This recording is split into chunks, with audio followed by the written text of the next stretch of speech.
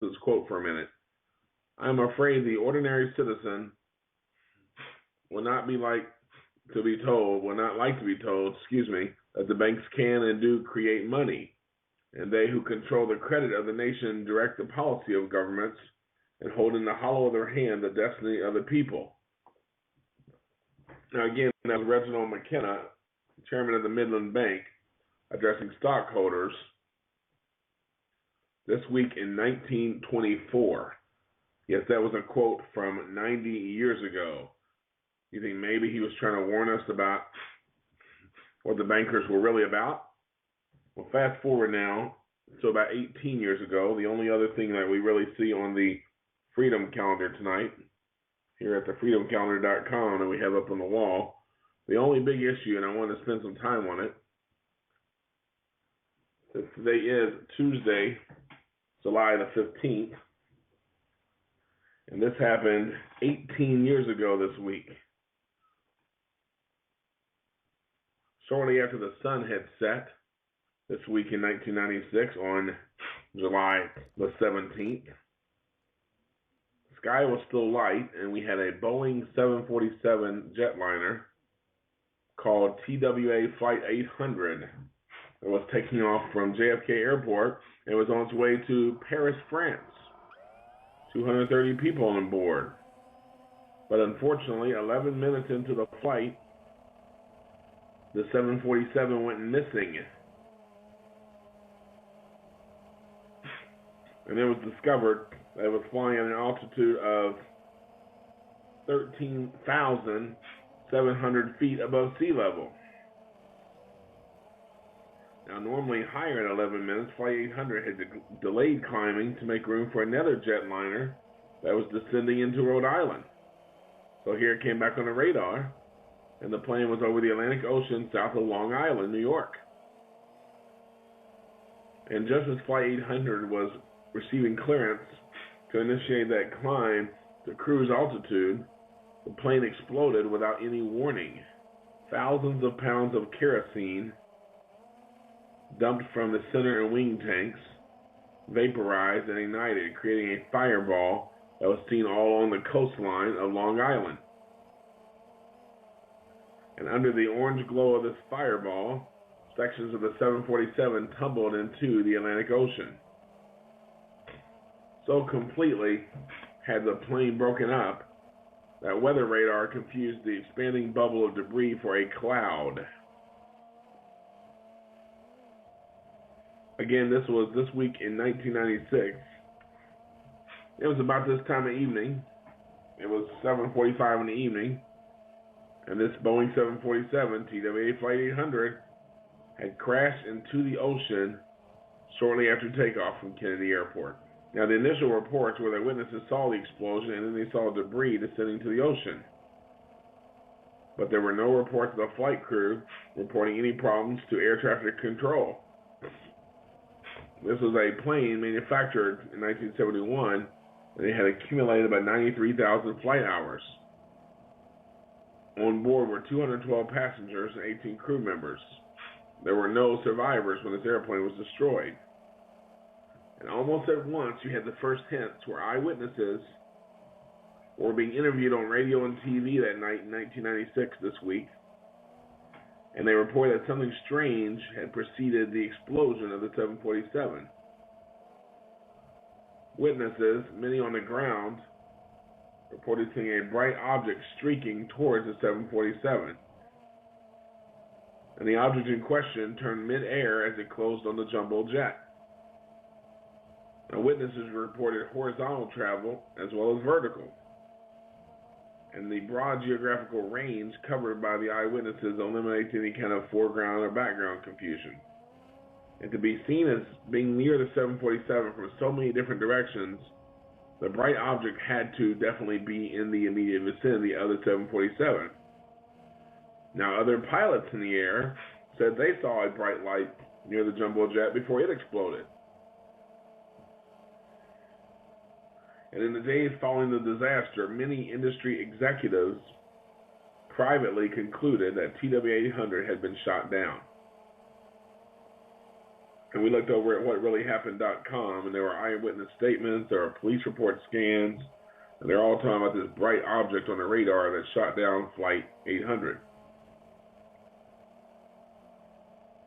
Now, it's important to remember that in normal operation, air traffic control radar does not detect aircraft, but aircraft transponders. The transponder is like the radio in the aircraft that listens for a radio beam, a radar beam, if you will. And when it detects the beam, it immediately sends out the coded signal. And the air traffic control radar will then use this data to display airport information to the traffic controller. So the big question was the bright object that took down Flight 800 and missile. Because the descriptions given by the eyewitnesses and by pilots in the area are consistent with a missile. No alternate explanation for this bright object has ever been forthcoming over 18 years. And ABC World News that week, this would have been on a Sunday, ABC World News, so this was roughly 6 days after the explosion, had a eyewitness, Lou Deseron, who said, "We appeared to see a flare going straight up. As a matter of fact, we thought it was from a boat. It was a bright reddish-orange color. And then once it went to flames, we knew it wasn't a flare." And the Washington Times, a week later, reported several witnesses saw the bright object streaking toward the jumbo jet seconds before it blew up. And ABC News said that they had over 100 eyewitnesses to this. And then here came the New York Post story about 2 months later, where the FBI had interviewed 154 quote-unquote credible witnesses, including scientists, Army personnel, and business executives, who described seeing a missile headed through the sky right before the explosion. And always, as always, they want to hide this stuff. They don't want you to think that somebody blew up a Boeing 747, Flight 800, TWA.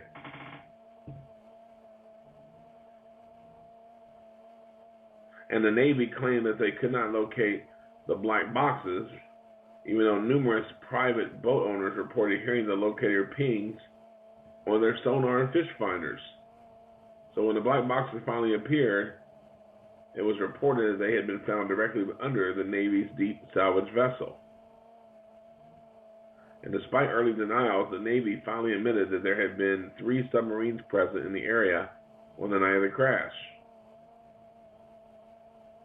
So what really happened? Didn't take long for the cover-up to begin, did it, folks? Everybody from these eyewitnesses we just talked about, the newspapers, the journalists, the engineers, the scientists, all knew that there was a missile. But here comes the Internet Intelligence Operatives, the COINTELOP, if you will. They were flooding the Internet, and the Internet was fairly young in 1996. Not many of us had really gotten to take advantage of Al Gore's invention. I remember doing a lot with it in school at the University of Louisville a couple years before that, but most people were not using it yet. There really was no World Wide Web yet. Here were these intelligence operatives flooding the Internet, claiming that 800 had been the victim of a terrorist shoot-down using a Stinger manned portable missile. Now, this is a historical irony because it was this sudden activity by intelligence operatives, many of the same people known for their work in the Vince Foster cover-up. If you all remember Vince Foster, one of Hillary Clinton's alleged lovers who allegedly killed himself with the wrong hand. Well, these same intelligence operatives were known for that cover-up, and here they come again. And we were supposed to believe that TW-800 was all of a sudden just another tragic crash.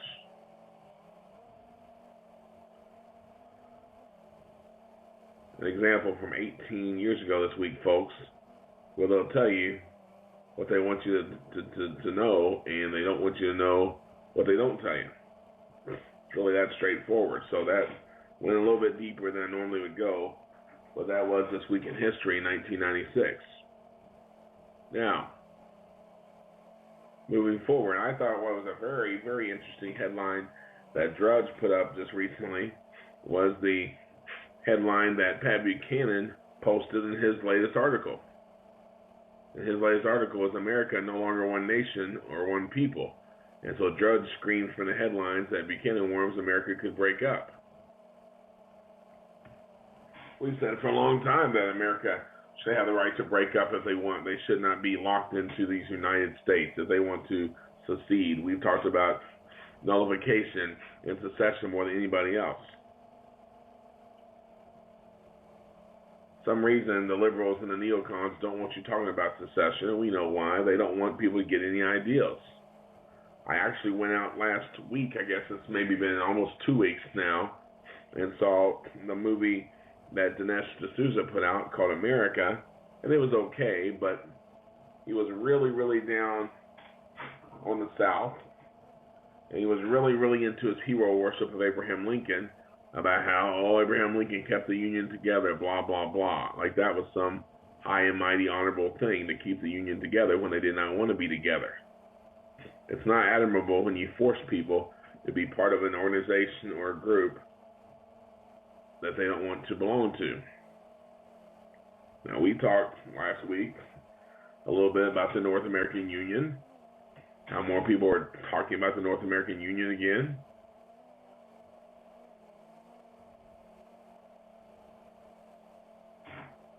And we know that our good friend Ken Moman did a show a couple nights ago. He did hit on the immigration issue. And I probably disagree with Mr. Moman a little bit on the immigration issue. I'm pretty liberty-oriented, and I really don't talk about immigration a lot because I'm not one of these people who says that we need to put up this huge fence and it's going to protect us. Maybe I'll get back into a minute how the fence, ironically, that was supposed to be put up was also part of the phony Real ID Act. But I agree with Ken that a fence that's big enough to keep people out is also big enough to keep people in. So I'm not big on fences. But when you have these border raids by scores and scores of thousands of illegal immigrant juveniles and kids and delinquents and babies and toddlers or whatever else you want to call them, that's not the way that you immigrate to this country. That's not the way it's supposed to be done. And the headline to which Drudge alluded from Pat Buchanan's article talks about how back during George W. Bush, he liked to brag about how Mexico was our friend and our neighbor. And it's so important for us to tear down the barriers and walls that separate Mexico from the United States. And Bush was basically successful. During his tenure, millions of Americans, Central Americans that is, come up through Mexico, and then millions of Mexicans and Central Americans coming up into the United States. If you remember back in 2007, now 7 years ago, you had John McCain, George W., Hillary, Ted Kennedy, Barack Obama. They all wanted this amnesty for 12 million people who had entered the United States illegally. And the nation said no. And Congress, thankfully, sustained the nation. And you have this massive media coverage, and yeah, I understand they make everything a crisis. Everything they say is a crisis is not always a crisis. But basically, this is the decisive issue for this year's elections and elections from 2 years from now. We'll see how the different politicians spin it and how their little action committees spin it to make them look better. We know that no real issues are going to be discussed in the local race between Addison Mitchell, Jerome McConnell Jr., known as Mitch to his buddies, and his opponent, the Democrat hack that I call Allison Blunderland Slimes. We know they're not going to be really issues that they're going to discuss, how they want to debate each other. But across the country, it's going to be a big, big deal in 2014 and 2016. And the Chamber of Commerce is not on our side, folks. I'm sorry. I know I have that fine line between people who maybe are a little bit more populist on my side, if you want to call it sides, and people who maybe don't like anything to get in the way of commerce. But commerce and fascism are two different things. And the Chamber of Commerce loves to get amnesty for its members who've been exploiting the cheap labor. So a lot of people want to know, and Pat Buchanan asked in his article this week, will America remain one nation, or are we on the road to balkanization and a breakup into ethnic enclaves? Now, Ronald Reagan did say a nation that cannot control its borders isn't really a nation anymore. And in Federalist number 2, John Jay wrote, quote, Providence has been pleased to give us one connected country to one united people, a people descended from the same ancestors, speaking the same language, professing the same religion, attached to the same principles of government, very similar in their manners and customs. And I know Ken talked about this the other night, using, for example, Northern Kentucky's German heritage. And I'm of Irish and Scottish heritage, and we pretty much have a lot of the same things going on there. It's very much the same part of Europe, same part of history. Everybody came over here legally. However screwed up and however just diluted and horribly misconstrued is the immigration system, they all came over through that system. And now the ones coming over do not speak the language. And they do not respect the borders. And they do not share the culture. As Buchanan says in his article, we were not a nation of immigrants in 1789. The immigrants came later, from 1845 to 1849, when the Irish were fleeing the potato famine, and from 1890 to 1920, the Germans, and then the Italians and the Poles and the Jews and the Eastern Europeans. And then something happened 90 years ago. We talked about that year, 1924. Well, that year that we mentioned at the top of the show is also important because immigration was suspended in 1924. For 40 years,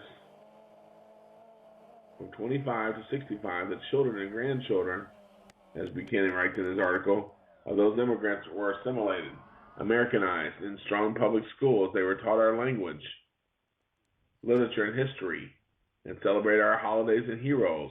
And we endured together through the Depression and World War II and the Cold War. And he said by 1960, we had truly become one nation and one people. He said America was not perfect, no country is, but no country ever rivaled what America had become. She was proud, united, free, the first nation on earth. Now remember, Attorney General, as we call him, yes, I said Attorney Genital, Eric Holder, said this week that America is a, quote, fundamentally better place than we were 50 years ago. And I totally disagree. I guess if you want to look at equality of rights, that might be have been realized, but miraculous cures in medicine may have kept us alive if we maybe didn't survive the same maladies half a century ago, but we're no longer that, quote, band of brethren. We are no longer one unique people from the same ancestors, speaking the same language, or even close to the same religion. Now people are from every continent and country. Nearly half of Americans trace their ancestry to Asia, Africa, and Latin America, not Europe. I'm just telling you the way it is, folks. I'm not telling you this is good or bad. I'm just giving you the facts, just giving you the truth. That's what we do here on this show. So we are now a multiracial, multilingual, multicultural society in a world where countless other countries have already broken up over race, religion, and culture. Remember, Columbus is reviled. No one even talks about Stonewall Jackson and Robert E. Lee. They're not to be talked about. Instead, we hear about Cesar Chavez and Che Guevara. All we hear about is all the politicians are at each other's throats, which we know it's not true because that false left-right paradigm that they want to push on you covers up the fact that the politicians love each other behind the scenes. They're embracing each other, laughing at your expense. So you got a society that's disintegrating. Over 40% of the births in this country are illegitimate. That number is 52% in the Hispanic community, 73% in the black community.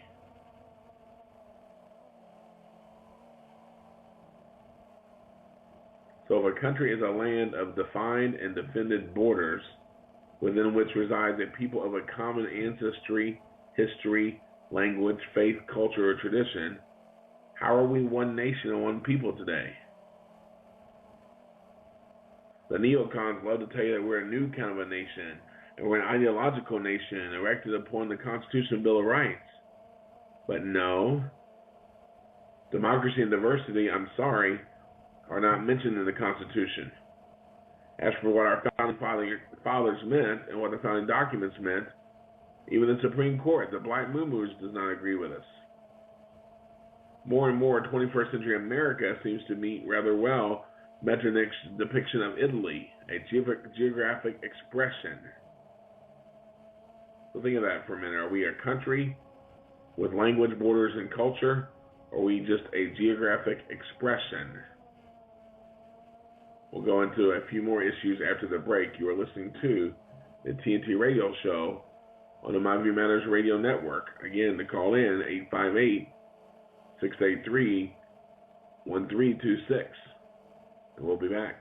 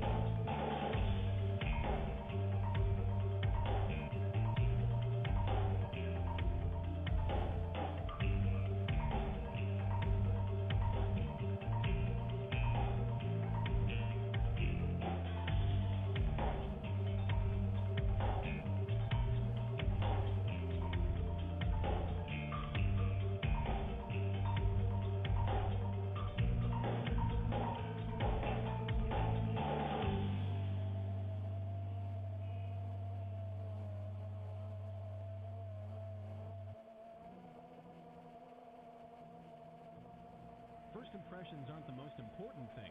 They're the only thing. At Ernie's Print Shop, we'll produce what you need to represent your company professionally. Right now, you can get 1,000 full-color business cards, 1,000 4x6 postcards, or a 3x5 banner for just $60. You choose. Check us out at Ernie'sPrintShop.com. Ernie's Print Shop. Over 50 years, one source, one solution. Ernie'sPrintShop.com. 502-969-8585. Being a victim of crime is no joke, but you do have options that can help you avoid becoming a victim. I'm Ed Springston of the Mind View Matters radio show, and on behalf of myself and co-host Ed Martin, I urge each of you to help us fight against crime. You can do your part by calling Crime Stoppers at 582-CLUE. Since 1982, Crime Stoppers has helped get over 23,000 criminals off the street with your help. Working together, we can make a difference to take our streets back. Please call Crime Stoppers at 582-CLUE, or you can visit them online at www.582clue.com. Remember, Crime Stoppers always offers up to a $1,000 reward. Get involved and help make a positive change in your neighborhood. Thanks. Advertisers, here's a great way to reach a quality audience. Get heard on My View Matters and make some noise in the marketplace. Email myviewmatters@aol.com for advertising opportunities. Make a sound investment. And we're back, ladies and gentlemen. We thank you for hanging with us here. And you thought we were done with immigration and the border invasion, but wait, there's more. Yes, this is a interesting story from WorldNet Daily. It appears that your good friends at the United Nations now want to intervene in the U.S. border crisis, just as it couldn't get any worse, right? Representatives of the United Nations High Commission for Refugees, or UNHRC, is intensely discussing in meetings the possibility of extending UN protection to the thousands of Central Americans who are illegally crossing the U.S. border by defining them as refugees, quote-unquote, who are seeking asylum from political and domestic violence in their home nations, WorldNet Daily has determined. I just got to stop right there. If their countries are so bad, and I don't deny it, I don't deny they're coming from bad countries, but the countries are so bad that they're having to run from them and literally run with minor children across the border thousands of miles. Why aren't they going and doing something about those countries? Remember, they love to invade other countries. The United Nations loves to play empire maker. They love to pull the strings on the marionettes and set up different things in other countries and take down rulers and put in new rulers. So the problem is the country from which they're coming, or a multitude of countries from which they're coming. Why don't they do something about those countries? I'm curious about that. But anyway, back to the WND story. Officials privy to the United Nations discussions have explained that it's a tricky situation because the Central American immigrants, are not part of any group that the UN has designated as victims of political or religious persecution. So there you go. We get the answer to my question as we're sight reading this right now. But a UNHCR official confirmed Monday at a 10-nation meeting in Nicaragua of ministers of the interior from the U.S., Mexico, and various Central American countries was held Thursday and Friday. Anybody seeing how this is a little suspicious, how it's a little fishy? The UN had this meeting of 10 nations worth of interior ministers from the Central American countries that these people are running from. Why is it that they want to designate them as refugees and they have a board, this commission that includes people from those countries? It doesn't all add up to me, folks. So the ministers, according to preliminary reports, conclude that the Central American illegal aliens are, quote, refugees, unquote, that deserve international protection under the auspices of the UN as they seek asylum in the U.S. And the ministers cited the United Nations 30-year-old Declaration on the Rights of Refugees. And attending the meeting were representatives from the UNHRC as well as representatives of SICA, the El Salvador headquartered non-government organization known as the Central American Intelligence System. The group was endorsed by the UN General Assembly in 1993 to create regional bodies authorized to interact within the United Nations. It's a huge mess, folks. So yesterday, the UNHRC in Colombia said that they would issue a press release this afternoon after receiving comments from SICA in the host country. So all the way back in 1991, SICA was created by Costa Rica, El Salvador, Guatemala, Honduras, Nicaragua, and Panama, with Belize becoming a member in 2013. And SICA also includes Mexico, Chile, Brazil, Argentina, Peru, Ecuador, Uruguay, and Colombia as regional observers. It stinks to high hell, folks. Look it up. This is Mexico, Guatemala, the rest of Central America, maybe even some South America, fast-track delivering illegals to the United States. Remember, Guatemala's First Lady said they are reunited with family members in the United States. Why is it that if we resettle black and brown people in a white neighborhood, it's called diversity? But if we want to return black or brown people to their own home, it's a human rights abuse. Well, I'll be very interested to see what our good friend Paul from Stop Visible Taxes has to say. Paul, how are you? Hi, Dale, the truth. What's shaking on this Tuesday night, man? Well, we were just talking about this border invasion and how the United Nations is going to come and fix all of our problems for us, Paul. Well, I heard another individual on a different radio network earlier this week suggest that this has been part of a grand plan for quite some time. That what you're talking about is probably just the latest installment of a grand plan hatched by God only knows who for whatever known, for God only knows what reason. Now, and it goes way back. I mean, it goes back to at least George Bush, George Bush the first, okay? I'm not sure if Ronald Reagan was included in that, but it definitely goes back to both the Bushes, certainly Clinton, and certainly this abomination that we have in there right now. So, Dale, I have to wonder, if it is part of a grand plan, I'm not sure that simply balkanizing the United States is the end game, because that's in progress as we speak. No, what's your best guess as the balkanization, Paul, I'll just say this really quick. The balkanization, I don't think is their end game.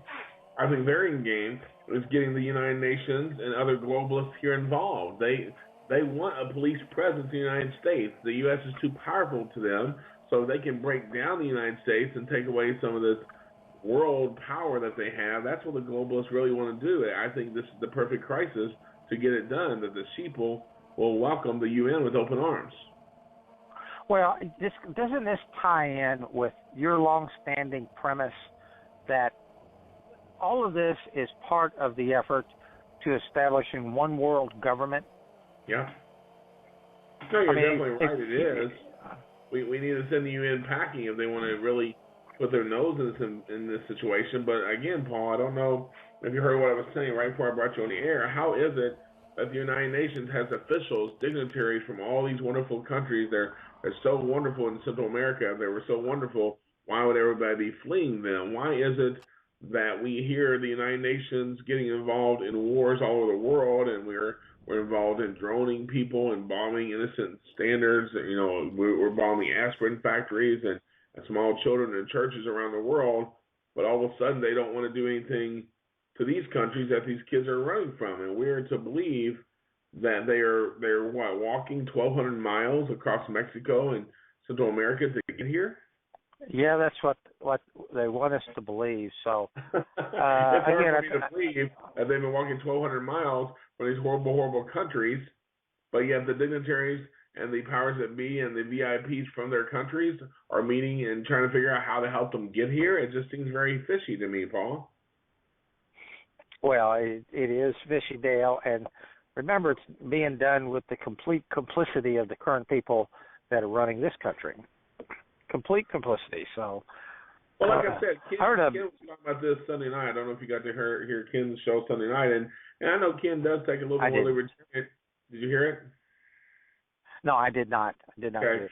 And he was talking about how basically I don't want to say, paraphrase him and quote him exactly, but he was basically saying that these people were just doing what immigrants have always done in history, trying to come to a better place. And I just have a problem with that because, and he's more than welcome to correct me if I'm getting his statement wrong on that, but there's a difference between running across borders when those borders are supposed to mean something. I realize if you go back to the Wild West, if you want to go way back to the Middle Ages, borders weren't that big of a deal and everybody was nomadic, but that's not the way it's been for the last 100 years, to give a round number there. And why does the United Nations want to come bring their troops to our borders? If these quote-unquote refugees are coming through Mexico or South America, shouldn't the UN need to figure out why Mexico is not letting them land on Mexican soil and stay there instead of coming to us? Why don't they go to Mexico to live? Well, the flaw in your whole premise, Dale, is that you're assuming that is in fact that is what they want to happen, and of course we know that isn't what they want to happen. Right. That everything that they're doing is simply, it's window dressing. All of this is for public consumption, just to mask what it is that they're really up to. Yep. And they're really up they're to coming to Mexico on this 1,200-mile supposedly foot track.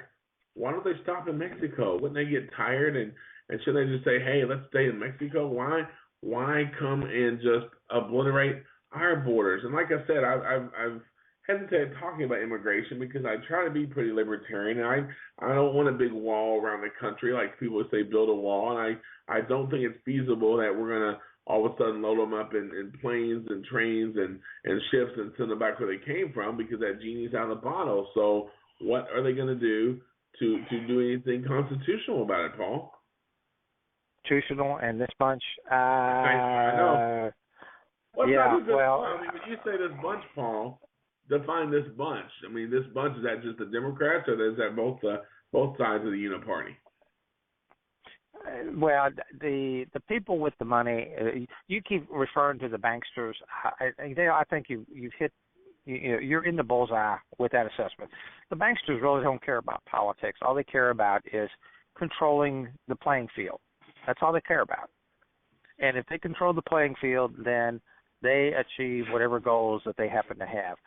Political parties, it is for the rest of us to be concerned about. So, well, I knew this was going to happen for a long time, Paul, because we saw the magazines and publications and periodicals where they advertised for contract work.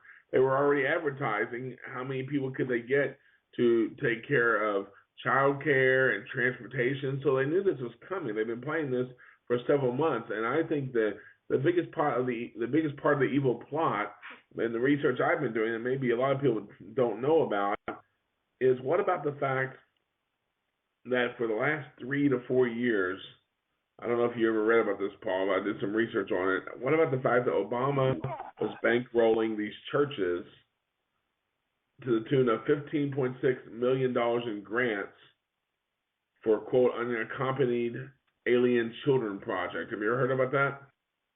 No, but it does fit in with everything else that this group's doing. $15.549 million is what I was reading over here. I got this information over on patdollar.com, talking about the evil plot exposed, and talking about they had these unaccompanied alien children projects with federal grant money from HHS with a program description of, quote, refugee and entry assistance, where the entire time Obama's been in office, the Catholic Charities Diocese of Galveston, Texas, was receiving up to $15.5 million for unaccompanied alien children project. That tells me that they've had this in the works for the entire administration. Yeah, it does. And I'll tell you something else too. You mentioned the Catholic Church and all the other agencies that have gotten out there and have been the defenders of these people crossing the borders illegally. I heard another individual suggest that anytime a charitable organization is actually caught violating the law, which is what they're actually doing, they ought to have all of their tax benefits that just stripped from them right away. And I wish we could get to that stage, all right, where we start enforcing our laws on those organizations that are violating those laws. But it's kind of hard to do when you have a Justice Department headed up by a guy who's as crooked as a snake, being supervised by a guy who has been found 12 times by the U.S. Supreme Court to have acted unconstitutionally. 12 times, and they've done it unanimously. Oh, Why is this guy still in the president? We think what people like the Attorney General Eric Holder thinks about us, that we're just a bunch of racists. But sticking to the point of this money that's coming into these organizations, last year alone, the Catholic Charities Diocese of Fort Worth, Texas, received $350,000 from the Department of Homeland Security for, quote, citizenship, encouragement, and education training, with a program description of citizenship immigration services. And then from December 2012 until now, Baptist Child and Family Services received $62 million in less than 2 years. Baptist Child and Family Services received $62 million in federal grants for the Unaccompanied Alien Children program. Go ahead, Paul. Well, going back to one of our organization's mission, which is Stop Invisible Taxes, we've got to find a way for John and Jane Q. Public, the typical hardworking American citizen, to quit feeding money to the beast. Okay, we've got to find a way to quit feeding the beast the money to go and do all of this stuff. Now, there's a number of different ways to do that.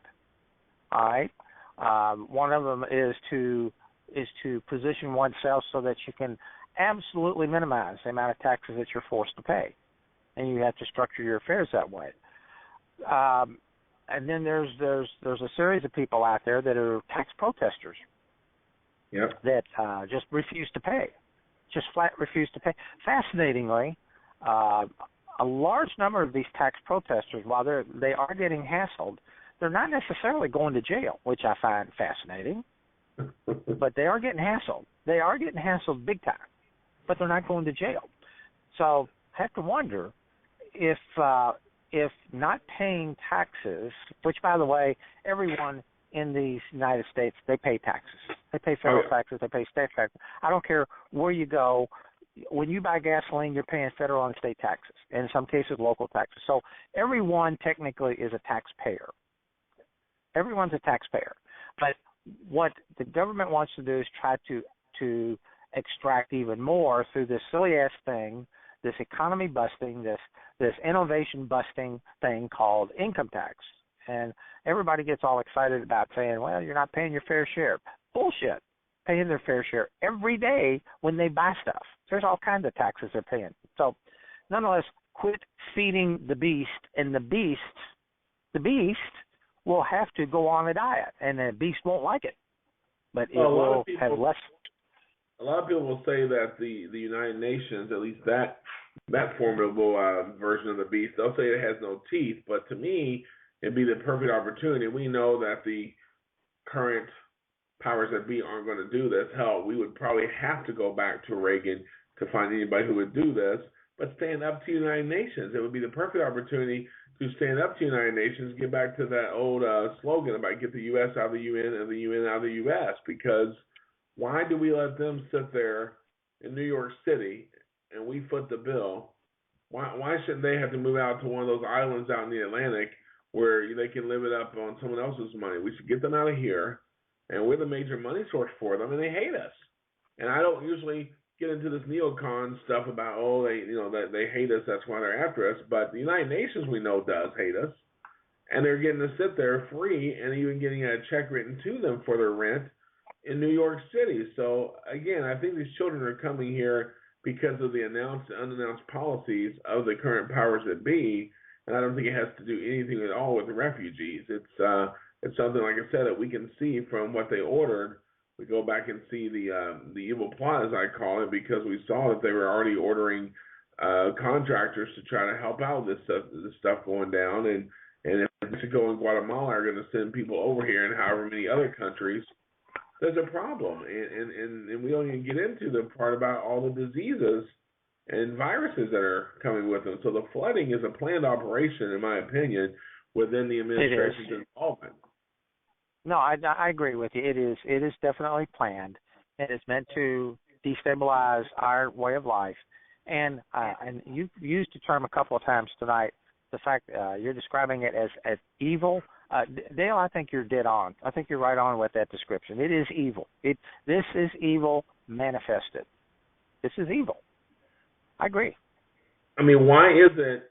Again, you either have borders or you don't, and that's an argument for another show. If people want to talk about how there's too much border patrol, then that's a whole different 180 degree argument. But why is it that the border patrol agents have been pulled off the border and they're now 50 miles inland, where they're babysitting and processing illegals? I mean, they're harassing and assaulting and violating American rights 50 miles inland from the border, and we hear about cartels and the radicals, the terrorists as we hear about. It used to be that they hated terrorists.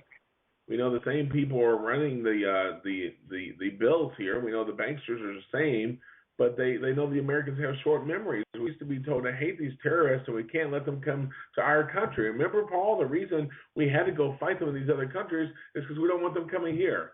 But now we've opened up the borders for them to come here. I don't know what else to say about that. Paul might have gotten taken down by the black helicopters there, folks. They don't like some of the stuff we're talking about. But again, it's easy to pick on Obama. It's not just Obama. It goes back to George Herbert Walker, New World Order Bush. It goes back to Bill Clinton, who loved these guys. It goes back to George W. Bush. But they see the writing on the wall that Americans would revolt against them if they called in the United Nations, or would they?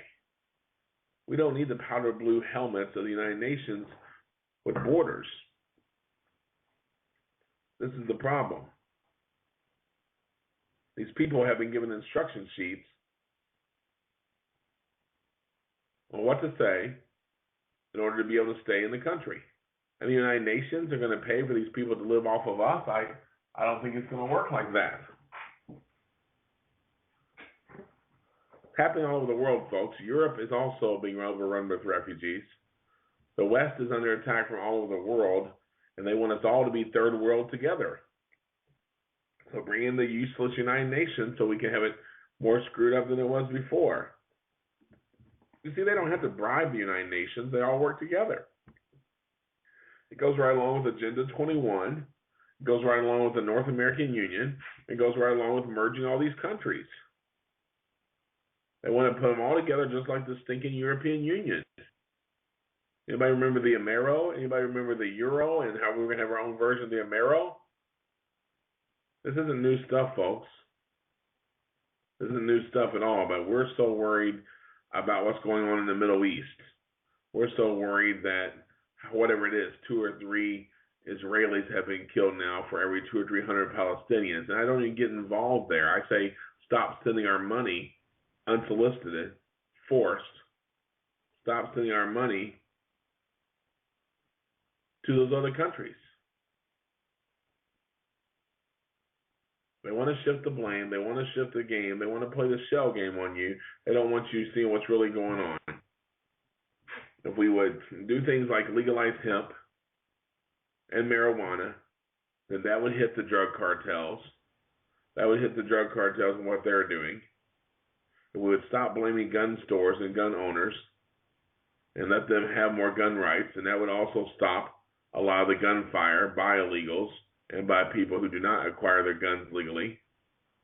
But the problem is they don't like Thomas Jefferson. And Thomas Jefferson said, if a law is unjust, a man is not only right to disobey it, he is obligated to do so. Now, people out there think that the immigration laws are the ones to disobey. Then knock yourself out. But like I said, why are so many people from our culture coming over here and doing it by the book? Aren't you tired of the establishment telling you this is the way it's got to be, and you better bow down and do what they tell you? And if you're in one of these political parties, oh boy, you better be all about unity. And unity means being told and doing exactly what the political parties tell you to do.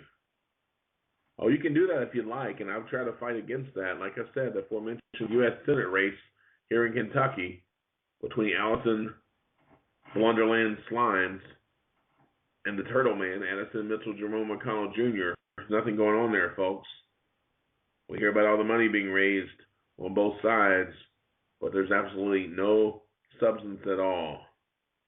Absolutely no substance. If you want to pick one of these two, shit sandwich number one or shit sandwich number two, you need to wake up from the false left-right paradigm, folks. You need to get over that wet dream of the false left-right paradigm. Neither of these candidates have a right to your vote. If enough people wake up, several others who have declared for the race for U.S. Senate, and there are several, you just don't hear about them, one of them could be elected U.S. Senator. But if those people out there don't want to listen to me, then they need to go read what George Washington said about political parties. They need to go read the truth about what Washington said, because they're going to keep picking their sandwich, and they're going to have to enjoy eating the shit. That's basically what it's going to come down to. The smart choice is to stand up to the establishment, folks. If you had stood up years and years ago, we wouldn't be having this discussion now. If you listen to these guys who are telling you the truth instead of the lying politicians, because if they were lying to you, they'd already be elected. Look behind the news, folks. Listen to the shows here on this airwave here 5 days a week. Here on the My View Matters Radio Network, Sunday through Thursday night. Get the news that you're not getting anywhere else.